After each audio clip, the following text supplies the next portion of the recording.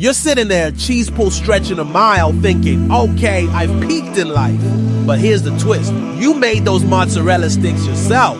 And today, I'm not just showing you how to make them. I'm spilling the 3 food hacks that make these the crispiest, cheesiest, most addictive mozzarella sticks you've ever tasted. Spoiler, one of them involves your freezer in a way you'd never expect. Stick with me, because by the end of this video, you'll not only be a mozzarella stick master, but you'll also have 2 recipes and a surprising tip that'll change your snack game forever.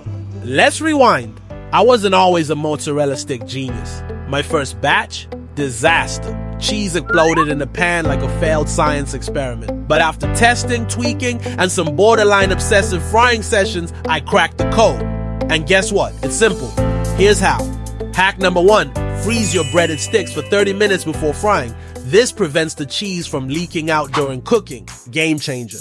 Hack number 2, use panko breadcrumbs mixed with parmesan for that extra crunch.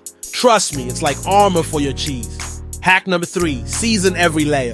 Salt in the flour, herbs in the breadcrumbs, and even a pinch of garlic powder in the egg wash. Layers of flavor equals next level mozz sticks. Now, the process. Slice mozzarella into sticks, about ½ an inch thick. Coat each stick in flour, then egg wash, then the breadcrumb mix. Wait, here's the part no one tells you. Double coat them. Yes, flour, egg, breadcrumbs, then repeat.